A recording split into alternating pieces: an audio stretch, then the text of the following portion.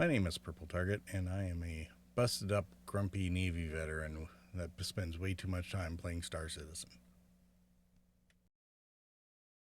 If you want to join me live for Star Citizen or other games, I stream semi-regularly but unscheduled on Twitch and YouTube, as well as Rumble, Kick, and DLive.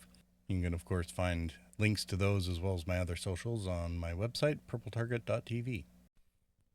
So this video is targeted at the new player or somebody who's been away from Star Citizen for a long time, and for players whose first time at the Intergalactic Aerospace Expo. And of course, free fly participants will all get to benefit from the largest ship sale of the year, where every ship in Star Citizen is available to buy or rent, and new players get to try the universe before they commit. Now, this isn't going to be grade school show and tell. I'm going to assume you know how a computer works, that you've played a first-person shooter game before, and that you've played something resembling a flight sim sometime in your past. So my tutorial today is mostly going to discuss Star Citizen and how it differs, and some survival tips to either get the most out of your game, or at least get from point A to B, and how to deal with a couple of the bugs that tend to creep up along the way. After all, Star Citizen is an early access alpha MMO, so bugs can and do happen. Goes with the territory. Learn to love them, and eventually learn how to report them so that the devs can crush them with extreme prejudice. So the first thing you need is an account at robertspaceindustriescom, and you should get your account as soon as possible, since even if you might have a potato PC and can't try the game right now, there are still occasional freebies that made available to your account, like the 12 Days of Christmas Luminalia event, or new at IAE this year is the Twitch Drops campaign. These items can always sit in your personal account and wait until such time as you do decide to back the game. And either way, you're always ready for future free fly events to try before you buy. Now, it's also very important when you make your account that you use a referral code. If you create your account using a referral code, you get an extra 50,000 in-game credits when you eventually join the game. And there could be other bonuses as well, depending on when you decide to back. Certain sales or event periods during the year have been known to have special referral bonuses where people who decide to back the game might get a small ship or a hover bike, suit of armor, something like that. So it's a good idea to keep your ear to the ground and pay attention to those opportunities as they come up. For example, for IAE this year, anyone that created their account with a referral code and backs the game for $40 or more before December 5th, 2025 at 2000 hours UTC, they get the Star Kitten Racing Gear Pack, which is a racing suit, helmet, and Gemini pistol to match. Now, if you're able to turn around and then get your referral code to another friend of yours, and then they back before the deadline on December 5th, Racing Gear Pack, which is a racing suit, helmet, and Gemini pistol to match.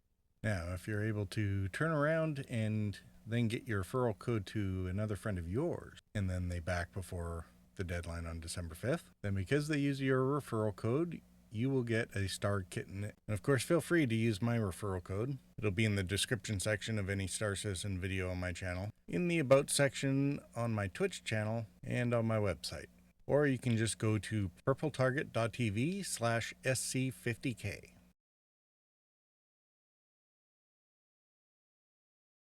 Any of these links will take you straight to the robertspaceindustriescom website for account creation or enlist now, and it will pre-fill my referral code right in there for you.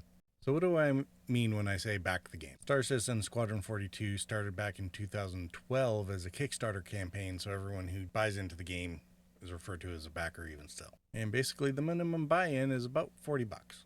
But that's about all the real world money that you would ever need to put into the game, because theoretically you can still buy everything else in the game with in-game credit. So back on the Robert Space Industry website, we're going to go under shop and find the pledge store. And then we're going to look at game packages. And there we'll see that there is a Mustang Alpha starter pack for $45, which is always available. And if we look under the details of that, there's the Mustang Alpha vehicle, which is notionally worth $30. An insurance policy, and at the very bottom, Star Citizen Digital Download. That is the access to the game. If you have any of these game packages on your account, you only ever need one that gives you access to Star Citizen. And after that, if you want more ships, you can buy them as standalone ships, but you do not want to buy more packages. It's redundant. That is, any ship sold as a game package is going to be $15 more than the ship value itself. and that's $15 you'll be tying up that you didn't otherwise need to. However, it also means that if you get the right sale for some of the larger ships, sometimes they'll have a $15 or better discount, which means that you're effectively getting Star Citizen for free, although that's usually at a higher upfront cost. And as for buying standalone ships, they're always available to your account, whereas in-game bought stuff sometimes has a tendency to wipe or bug out where they might not show up. And of course, when 1.0 launches, they'll all be reset. And for any ship that is bought right after it goes to flyable, there's a 3 to 6 month exclusivity period where only people who've purchased the ships with cash can use them, as the in-game shops won't have them until that exclusivity period ends. But frankly, that's not that long. Now, wallet survival tip for IAE, because we're in the midst of a free fly and the biggest ship sale of the year. For more experienced players or those who know what the CCU game is about, there's daily war bond deals that are a great opportunity to get significant savings on some of your ships. But for the brand new player, one, it's a free fly, so you don't need a ship package yet between November 20th and December 3rd. And there will be new ships announced every couple of days during the event until we get to at least the best in show on the 29th. So the smart money would say, wait until the finale and see what packages are available and deals there are to be had before you decide to back the game and what package to get into. In the meantime, if you get on at least every couple of days to rent the ships as each manufacturer comes up, try all the starter ships and advanced starters and a couple mission loops that you think you might be interested in with the available rentals before you decide where you're going to put your money. And there may even be a chance to get lifetime insurance onto your ship, which is a continual goal for every Star Citizen, it seems.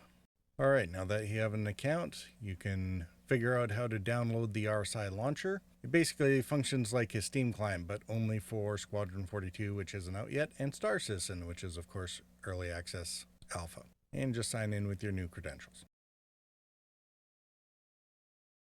Once you've downloaded the launcher, you can start updating the game. However, a good habit to get into every time there's a new patch that you're going to update, go to the little gear, game settings, manage local settings, and delete the shaders folder. That'll just save you agony in the long run. And then run your updates. Get through a couple of confirmation screens, and then we wait. Go get a coffee or something. Cook a meal. It's 130 gigs. Might take a while. And finally, at long last, we can launch the game. Don't worry, most of this stuff you only have to do once.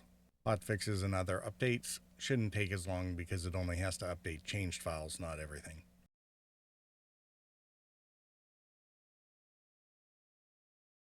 So, first survival tip for any game is learn where your keybinds are. So go to Options and Keybinds, and you get a default layout. Won't change, but that's what they look like for the keyboard and on foot, as well as you can find for the gamepad or HOTAS joystick if you have one set up. And in advanced controls, there's an exhaustive list of keybinds where you can actually customize them to your heart's content for almost any function that the game can do. And once you're in the game, you can just hit escape to find the options menu.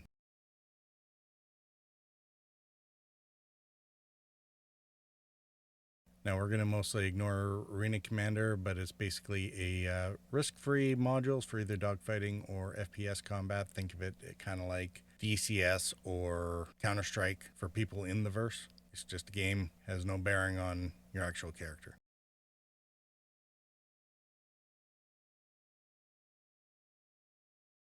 Let's get into the persistent universe where the real fun happens. First thing you're going to be confronted with is a character creator. I'm sure you've played Skyrim. Have fun with it. Enjoy. Upshot is you can actually save and reload your character from a local file so that each patch you don't have to spend all your time getting your eye makeup just so. Once past that, it'll ask us about playing the tutorial. As a new player, I recommend you say yes. It takes you through the very basics of taking care of your character, interacting with the world, and getting around. And it'll pay you 40,000 credits, which gives you gas money for the next step. Next is selecting your primary residence. This is your default spawn point. It's It's where you regenerate when all other options fail, and it's where the game delivers your new stuff by default. So it should be a place that you don't mind going back to often. It should be close to plenty of activities. And for me, I also find it handy to have multiple ways to get out in case of bugs. First of all, we're going to nix the Nix system. It's brand new. It's going to be heavily visited. There's going to be a lot more players in the area than there should be, which increases the likelihood of bugs that will mess up your experience if your default spawn point is there. Not to mention, don't think the tutorial will work there. It's pretty much the same issue for Pyro. It's a lawless system, less PvP activity. If you're experienced enough to know what you're doing there, then you're probably not watching the video anyway. Now, Stanton system is the best for new players. There's a law system that makes it slightly more player friendly. Now, Orison is very graphics intensive, so you best have a beefy machine if you were going to start there, and doesn't have a secondary exit, although it is the newest and prettiest of the Stanton low ports.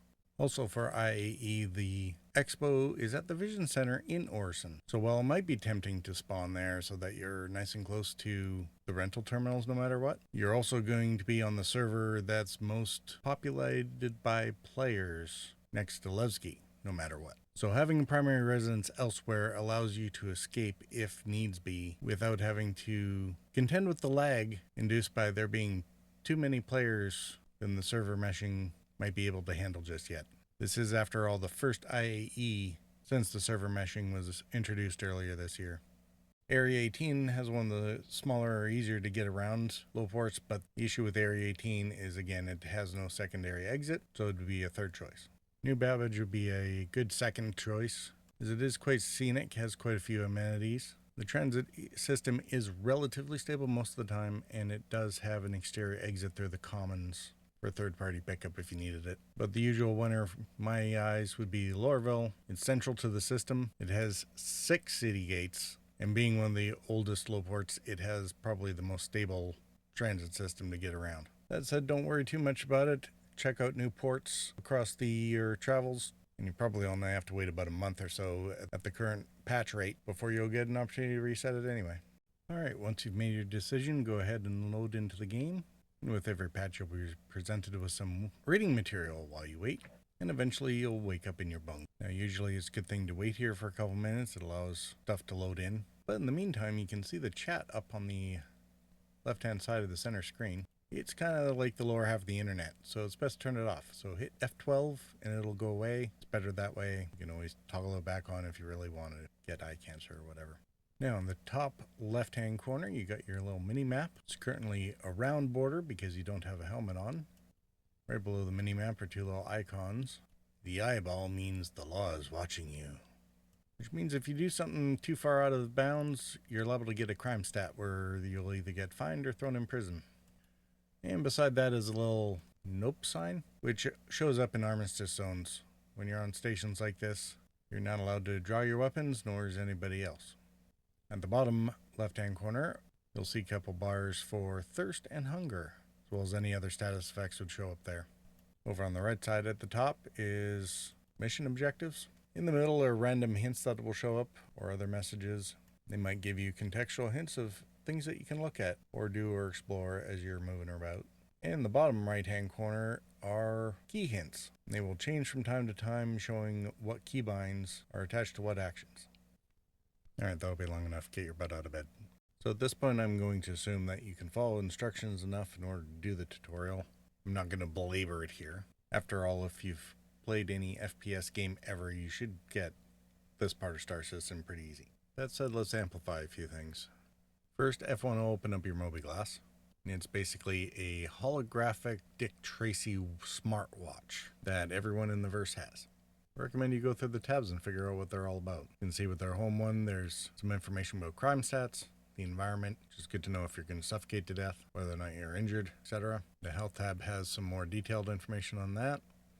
The comms you will use quite a bit, especially for getting together with your friends. Contracts you will use almost all the time to make money. Maps you will use frequently, especially when flying around in your spaceship. It also has a secondary shortcut to F2 instead of tabbing over to it. Journal has some supplementary information. Assets, when it works, tells you where all your stuff is at. Rep will tell you what level of missions you are at with the various gangs or factions that give out contract jobs. Wallet is basically like internet banking. Landing services is what you'll use to refuel your starship, and vehicles can be used to customize your loadout. For the tutorial, the contract system will drive your objectives, and the journal will give you the background information of what it is that they think you're doing. So to sum up, F1 for Mobiglass and F2 for the map. You'll be using these often. But OMG, not as much as the F key. Other than the mouse button for your booger hook, the F key is probably the next most used button in the game. First, do left Alt F, and brings up an inner thought system with a wheel of various items, nested menus.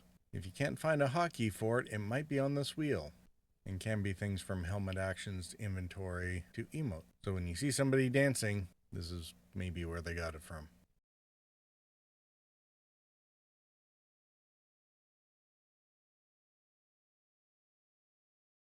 Now when things are laying about in the verse, you can F them, and tapping F will do the default action, like with the water bottle just picking it up.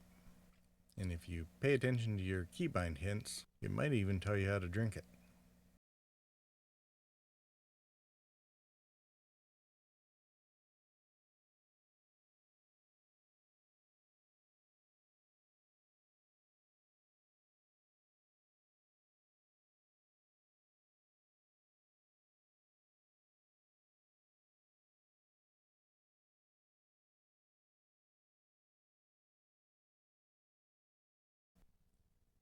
And like any good weightlifter, you should know how to pick things up and put them down.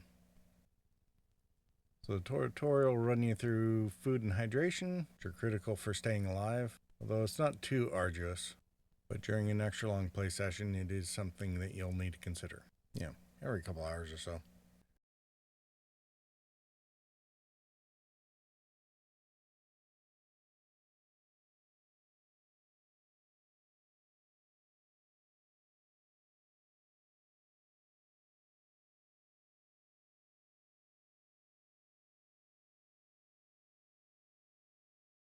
Now, of course, you can only eat and drink when you don't have a helmet on.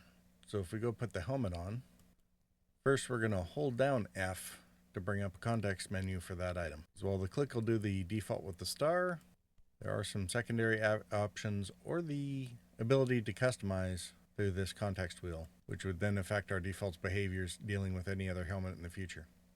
As in the example with the helmet, we might usually default to tapping F to carry something that we find.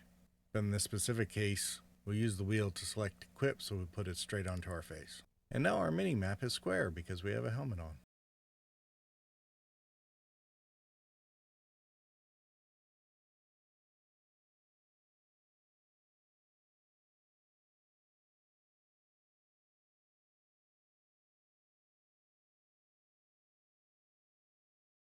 So many F's.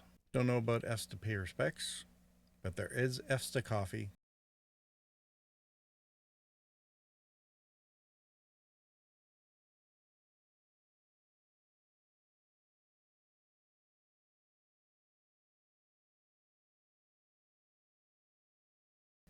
F to carry.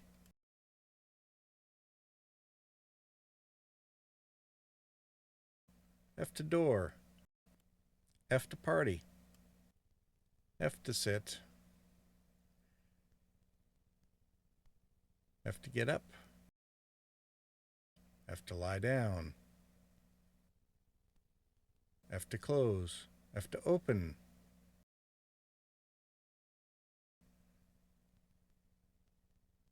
F to use. F to storage. F to pilot. F to lights. F to opens. F to pick up. F to loot. And at some point when you're down, some player will F to loot you too.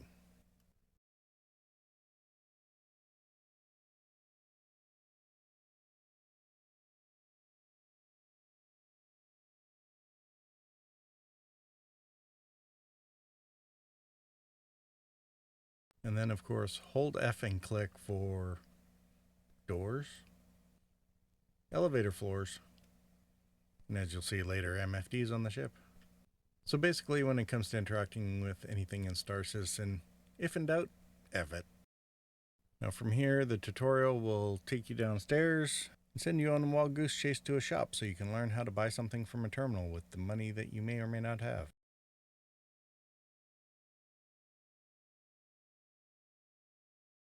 Now a safe bet to grab at any point is a TrueHold tractor beam attachment and a Pyro multi-tool. Search bar makes it really easy to find these. I won't bother delving into why in this video, but suffice to say it's like Dungeoneers and chalk and a 10-foot pole. You never leave home without them, and 50 feet of rope. Now keep in mind anything you buy is going to be in your local inventory for the area, but not actually necessarily on your person. Now after this, the tutorial will take you to the transit system so you can play Star Commuter Citizen and get to the Spaceport.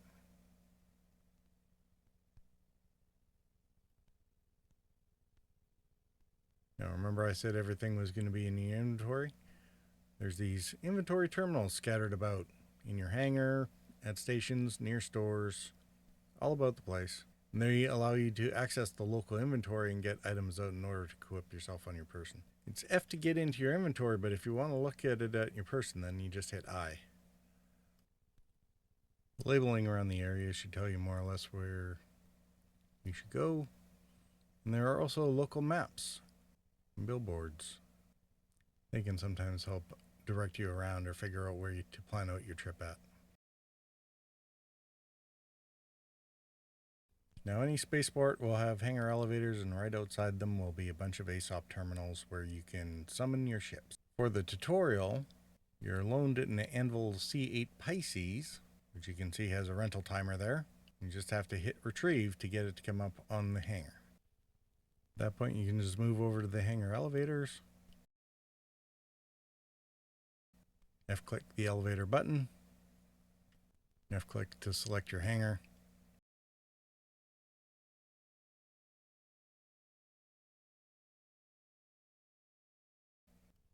where you will find the Pisces waiting for you.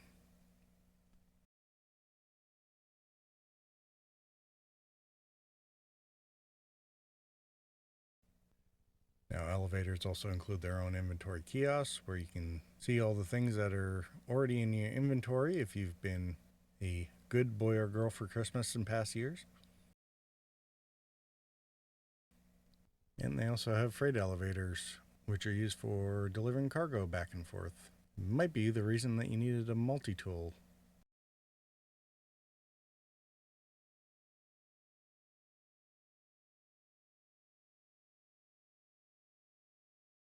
Anyway, I'm sure you can figure out how to F open your ship.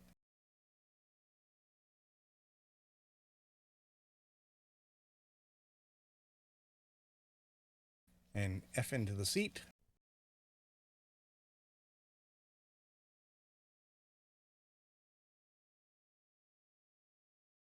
You can follow the on-screen instructions on how to start up the ship.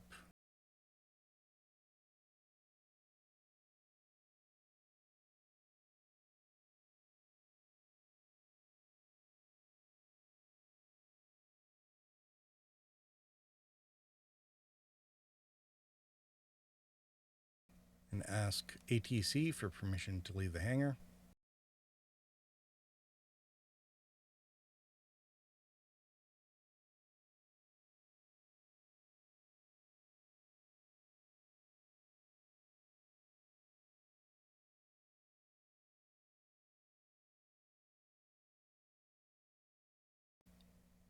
The hangar has a little bit of room so you can get used to the controls a bit. And with your landing gear down, you'll actually be limited to a fairly low speed, so keep that in mind.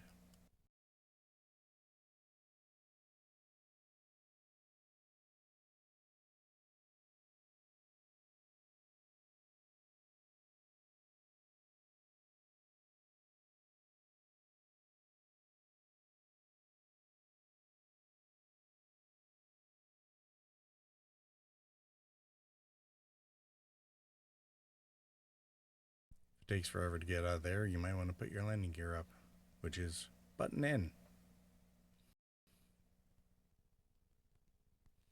Now, because it's a tutorial, instead of going straight ballistic up and as high as you can get as quick as you can, they want you to take the scenic tour around the bunch of markers in order. So just hit marker to marker and try to enjoy the view.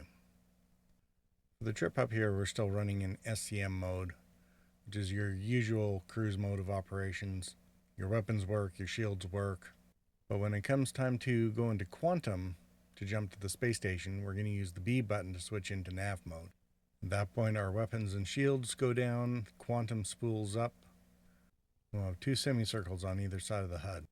The right one is for the charge on the quantum drive being ready to go. And on the left side will be a calibration of our nav system as to whether or not it's calibrated to the quantum marker that we're headed for. Now here's a variety of quantum bugs that can come up. You can F2 to plot your route, as I tried to do with Everest Harbor here.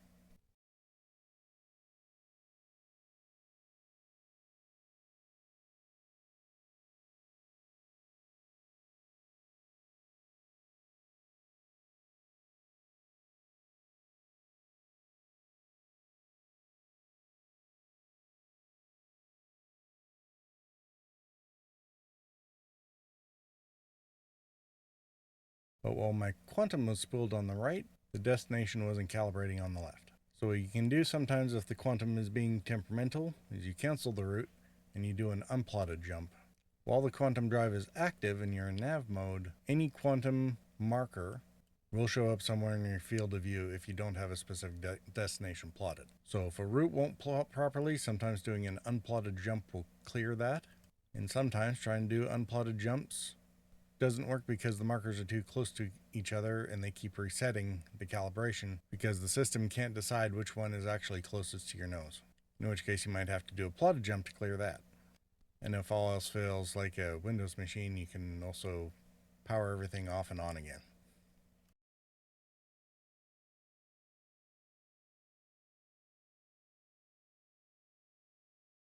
Now once you get up to Everest Harbor, go ahead and finish the rest of the tutorial to land your ship and store it.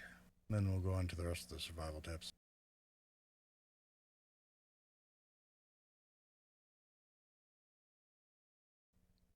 So once you've stored the Pisces, the tutorial will complete. You'll get a payout of 40,000 credits. And your regular ships from your package and or your fleet will be made available to you. Okay, now that we're at Everest Harbor, we're going to go to the medical clinic and discuss Regen that the tutorial didn't cover.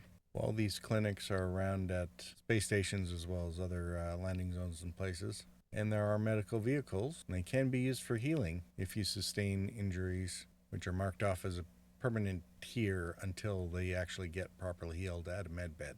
However, this is also used for the respawn mechanic in the event that you perish in your adventures. Checking in at the front desk, they will assign you a room, find the right room number and get yourself a bed, and then run the healing program. And as for the Regen, there will always be an insurance terminal here where you can access and set your imprint to the clinic that you're at that moment. Alternatively, you can also reset any other imprints back to your primary residence. So if I set my imprint here at Everest Harbor, if something went wrong, I would end up regenning here at Everest, and I don't necessarily have to make the long drive up out of the atmosphere. Now, there is a cheesy version of this that can be used, though, for bug avoidance, and that is backspacing, because the backspace button allows you to voluntarily self-delete and then respawn to wherever your imprint is. So if I, for example, set my spawn at Nix, and there was some problem where I couldn't get back through the jump point because of a bug or other issue, you could go to a medical facility, reset your imprint back to your primary residence, and then use backspace and get yeeted back to Lorville in this case. Now, eventually this ability to do that for free or without consequence is going to be taken away as part of the whole death of a spaceman mechanic, but for now, it works. Now, all the space stations like Everest Harbor have a hangars and habs area with the ASOP terminals, access to the hangars, and the medical clinic. But they also have a galleria with a variety of shops that sell different things at different stations. There are third-party sites like UEX Corp shop.space that list what items are available at what shops and where. And they'll have either cargo decks or refinery decks where mining gameplay and industrial goods can be purchased. Not to mention a food court in the Galleria for food and sustenance to make sure that you don't hunger or thirst to death while you're in the verse. Now, if you don't have a ship package or any ships because it's IAE or some other free fly, there will be a loaner provided. In the case of the Expo, November 20th to 3 December, it is a Crusader Intrepid, which is a pretty skookum starter ship.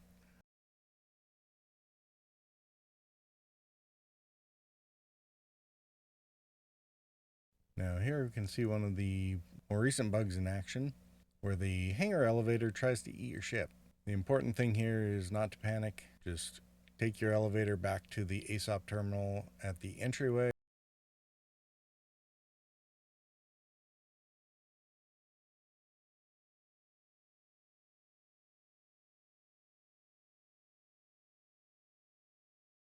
Store your ship. Hopefully you don't need to claim it. So try to store it and then retrieve it again. Wait by the ASOP terminal for about a minute so that you're not showing up in the hangar at the same time that the elevator animation is trying to cycle. And with any luck, when you return to your hangar, the ship will be sitting gently on the pad, awaiting your arrival as it should be. Now, the Intrepid is a skookum starter ship, like I said, has a single large cannon asymmetric off the cockpit for its primary weapon. It's got some cargo bays. You'll find the entrance ramp off on the left-hand side. Otherwise, I recommend exploring the interior to discover more about it. But in the meantime, we're going to get out of Everest and start heading our way to Orison.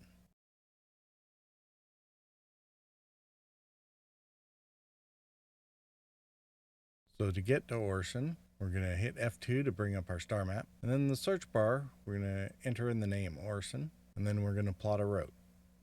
And after that, we should be able to quantum to it. It'll show how many stops we have on the route, and we can also see the time. Doing cross-system trips in between planets usually takes several minutes and can change depending on what ship you're driving and how fast its quantum drive is. This is also the area where we needed a little bit of gas money because quantum does cost a few bucks to refill and does run out after you've gone across the system once or twice or half, depending on the fuel efficiency of your quantum drive. Don't have to worry about it for the Intrepid though. She's pretty good on gas.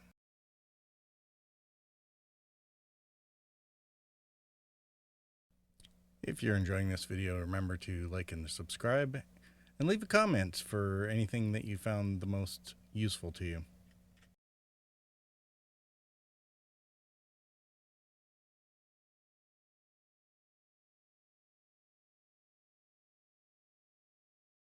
So sometimes after long quantums like this, the drive might need almost a minute to cool down depending on the model. In this case, the Intrepid recovers very fast. Also, you might notice in your route sometimes going from space location to another location to get around a planet, it'll make use of orbital markers. They're designated by OM- and a number between 1 and 6.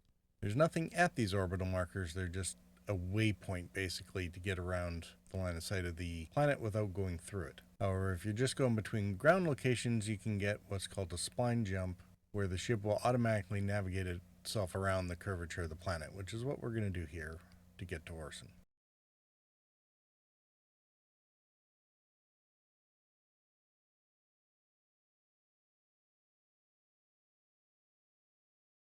And whenever we're jumping into a low port landing zone, they'll put us 20 or so kilometers out, and we'll have to fly in the rest of the way. It can be tricky sometimes finding the actual spaceport in the background of a larger city or complex. In the case of Orison, with all the platforms, you need to look at the distinct cross structure, and you'll also notice as you get closer that there's a strobing light on it.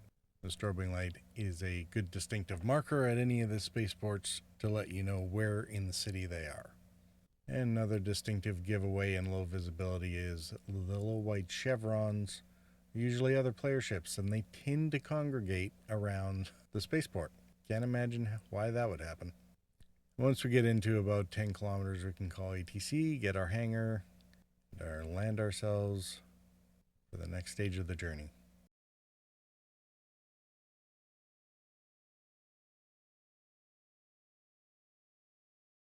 So as usual, once we've left the hangar, we go to the ASOP terminals and store the ship. Get to run our way through customs into the shuttle station, which requires a set of elevators. Just follow the signs for the Expo, at least until we get to the main shuttles.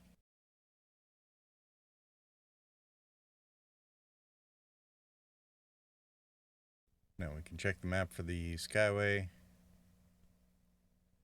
Maybe instead of going straight to the Vision Center, we'll detour to Cloud View to go to the Orison General Hospital. And we can set our respawn. That way, if we get busy out in the verse and want to show up here tomorrow for the next day's Expo events, we can just yeet ourselves back here very easily. As we're approaching on the shuttle, we can see the blue sign for the medical center.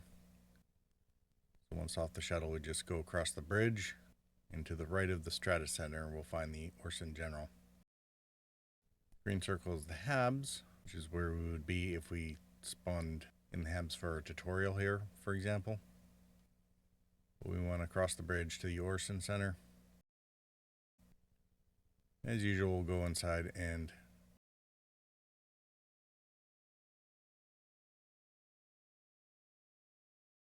set our spawn at the insurance terminal.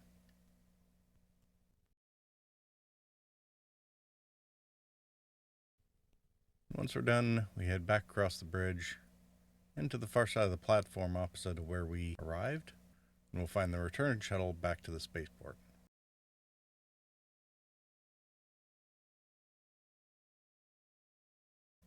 And once back to August Dunlow's shuttle stop, we can now find the shuttle for the Vision Center, follow the signs for IAE Expo. Now, the shuttle ride out to the Vision Center does take a while, about 3 minutes, but there is a benefit to that, and that means the conference center is well away from the other players moving around in the port.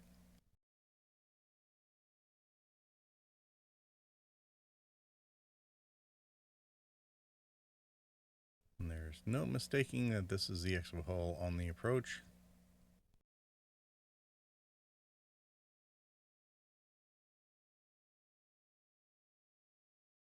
You know what? You should mostly enjoy the grandeur for yourself when you get there. Won't be hard to figure out. Heading down the long boulevard, you'll end up in the lobby and gift shop area, where there'll be some in-game purchases for manufacturers, branded t-shirts, etc. I mean, what would you expect from a convention?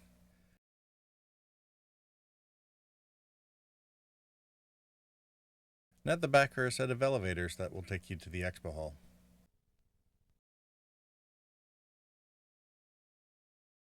And from the elevator bank, you just want to go up the ramp into the Expo Hall, and you'll be greeted by a bunch of rental terminals on either side. So every day a new manufacturer will become available. They'll be available for 2 days. The rentals can be made at any time, once per ship for the event, and the rental period will be for 48 hours. And being IAE, every ship that's flyable in the verse, with only a couple of exceptions, should be available for you to rent this way. Simultaneously, on that manufacturer's day, there will also be the sale or availability of those ships, as well as any concepted ships or in development ships that have been announced. So it is one of the best opportunities to get your hands on ships that might not otherwise be available. So make sure to show up at least every 2 days and rent anything that you want to try out. Best if you have a plan for what ships you want to check out. Particularly recommend any starters and or any industry ships or medium-sized ships that you're particularly interested in. Although remember, you only ever have to buy the initial package to get into the game, and everything else can be acquired in-game down the line. And while you're pondering all that, the showroom floor will have plenty of ships on display and available, similar to any car showroom. Push the buttons, check the layouts, etc. And of course, you can get a similar effect back in your hangar by spawning in the ship that you rented and taking a look around it in there. The developers put a lot of effort into the showroom, and actually it is looking really good. I highly recommend wandering around and taking a look, exploring for yourself. And of course, once you're done, head back out to the shuttle and make your way back to August Dunlow Spaceport for the rest of your adventures.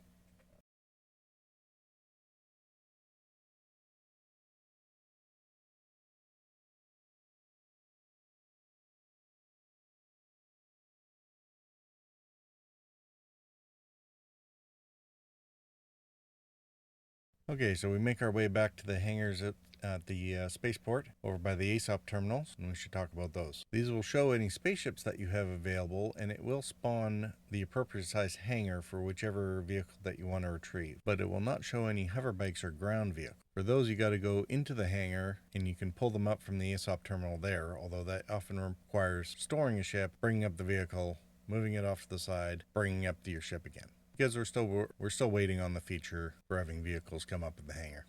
Soon, TM. Now, if you're looking at the terminal of a small hangar and you're wondering why you can't see any medium ships, it is likewise because the ASOP terminal in the hangar won't show anything that it can't spawn inside that hangar. In which case you have to leave the hangar back out here to the communal ASOP area and retrieve the larger ship so it can also spawn a larger hangar for it.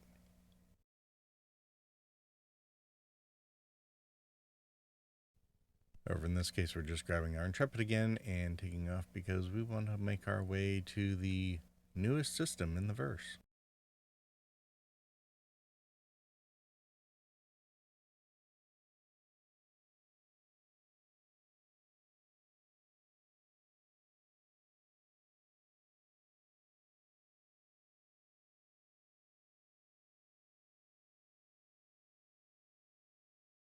So in order to travel to Nyx, first we have to plot a course for the gateway to the jump point for the Nyx system.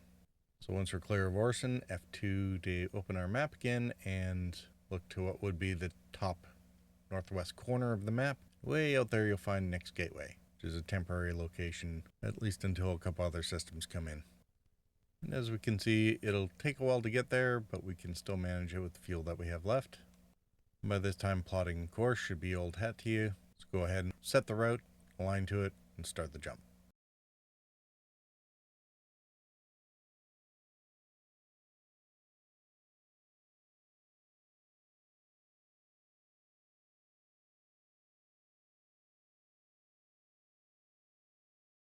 Since it's a long jump, let's take a few minutes to talk about ship handling.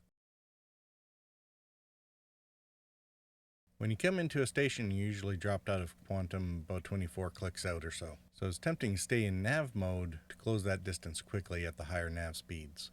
The issue, of course, is if you do it poorly or miss a key, you're going to have a bad time. So if we watch this approach to Bajini, see the acceleration goes and there's a little prograde marker which tells us where our vector is. That is, where is the ship actually going as opposed to where the nose is pointing. Now I turned off coupled mode, which means the ship starts to fly like a spaceship and preserve its momentum unless thrust is applied elsewhere. Now if the prograde was still pointed at the ring, I would have just blown through it and crashed the ship. But since I put the prograde marker into some space that was empty, we're able to pass safely through, if somewhat embarrassingly.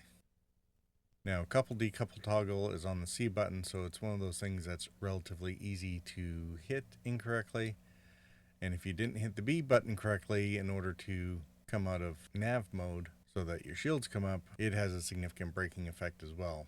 And the faster you're going, the harder the acceleration is to fix it. Now, the other thing to pay attention to is acceleration rates, in that the ships have very small retro thrusters, so they don't slow down nearly as fast as they can speed up.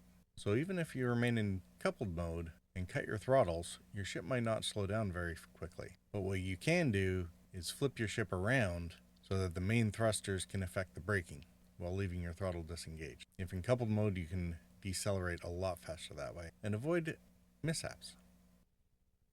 If we look at the Intrepid from the outside, you can see the small retro thrusters trying desperately to stop, and it takes a while to do it.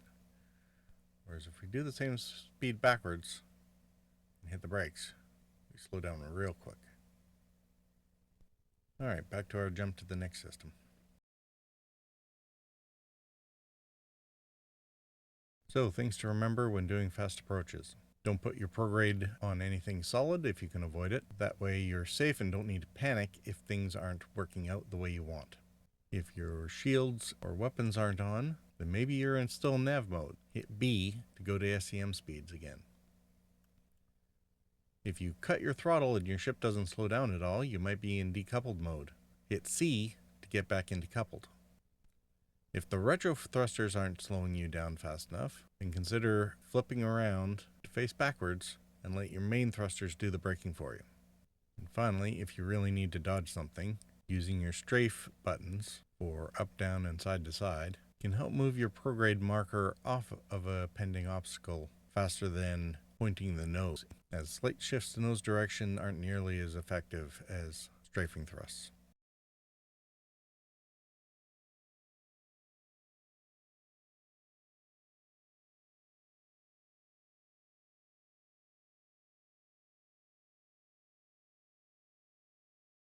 Now these jump points have gateway stations, similar but larger than the ones we've seen before. And while you can call a hangar and go in there, because we're getting low on gas and I wanted to sip, but there are also external pads so that you don't have to wait for doors to open, close, permissions to be given. You can go straight to the pads if you know where they are and can recognize them. In this case, again, a white chevron player kind of gives it away. They extend out further and they have a personnel door at the end of the hangar.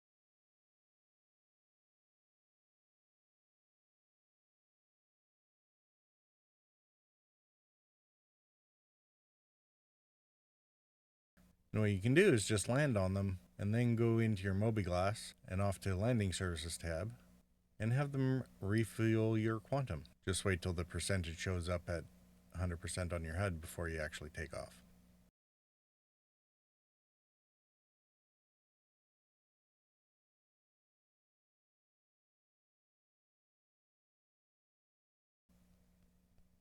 And then we're going to head over to the jump point.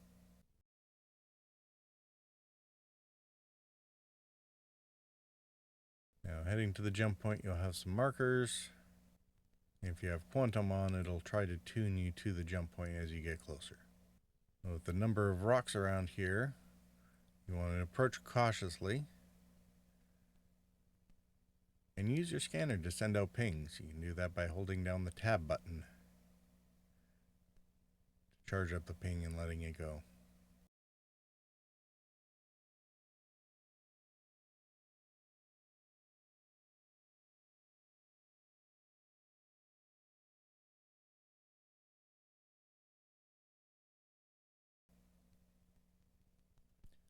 When you get close enough and the interface changes, watch for the green bars going up to the second portion. Beware of obstructions. It gives you the green light to activate the jump point, just like hitting quantum. Press your left mouse button and it sends out a pulse to open up the wormhole. At that point, you just edge closer.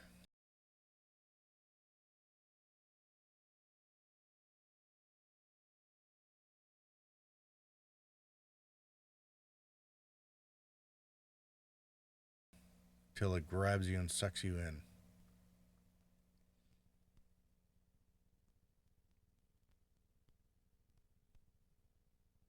Now, once it does, your throttle is useless, and it's a bit like negotiating rapids. There's eddies and currents that you can't see. Strict light kind of gives you a rough guide of where to go, though. You want to avoid the obstacles or touching the edges of the walls, or it'll kick you back out into one of the systems without your jump being completed.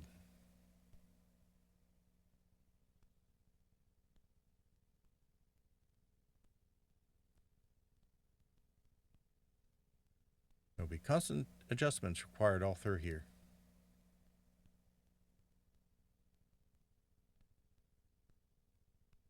Plus an impressive light show. You know you're getting close when the color changes.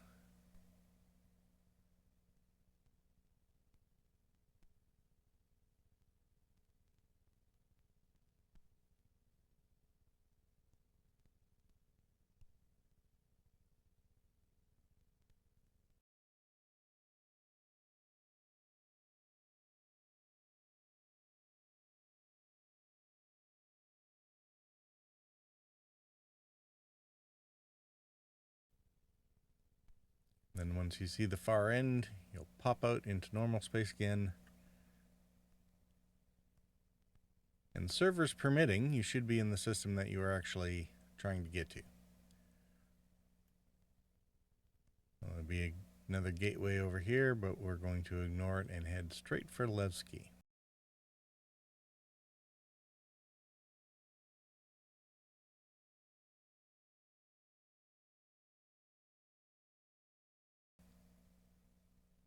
Which is currently the main settlement built into the side of an asteroid in this system. Now, when I was doing this on the PTU, I actually got yanked out of Quantum by an interdiction field. These are usually NPC or player pirates that prey on whatever ships that they can get out of Quantum.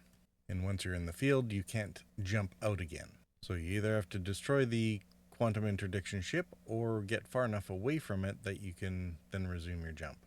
Fortunately, even though the field was there for me, there was no actual ship, but it'd be one of those things to be wary of it if all of a sudden you start hearing weird alarms and sirens and weird shaking of the ship while you're in Quantum. Whatever happens once you're clear of the field, just go ahead and resume your jump.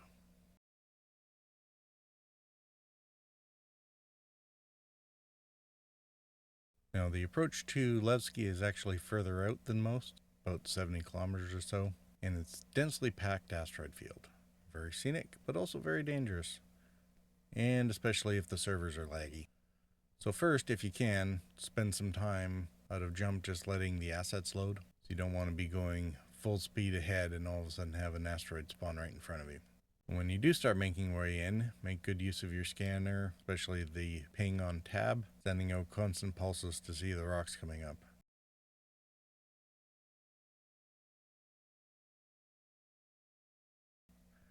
And this is also a great place to practice moving your prograde using the up, down, sideways strafe keys to make sure that it never rests on any rock-like objects.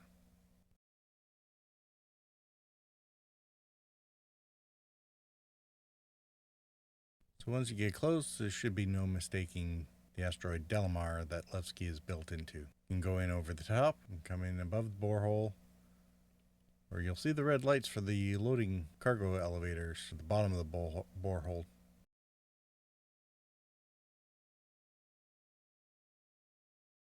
But let's be frank, who's going to be able to resist flying up through the borehole? Just watch out for other players.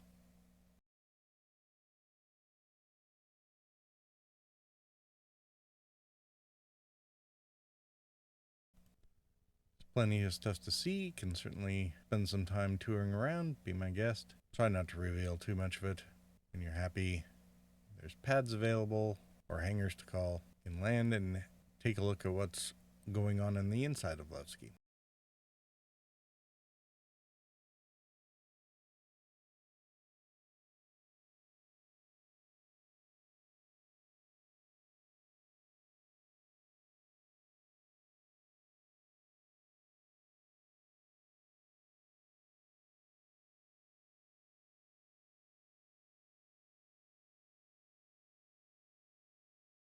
Now again, Levski may end up being very crowded depending on when you get there, as everybody wants to come see it, and that is liable to generate more bugs, which may end up causing issues. People falling through elevators, suffocating in areas that they shouldn't. Who knows what kind of things will manifest. So you might want to try the medical imprinting again and go to the Mercy Hospital to transfer your imprint before you get exploring too much into Levski. Now that said, if you want to reset to Orison afterwards, you either have to drive your way back to Orison through the jump point, although you should be an ace with that now. Or if you have to reset your imprint, it's going to be back to Lorville if that's where or wherever your primary residence is. And then you would need to make the trip from there back to Orison for the next day of the Expo events. The other option is you don't set your imprint, and if something does bug out and happen, you are driving your way back to Levski to take another look anyway.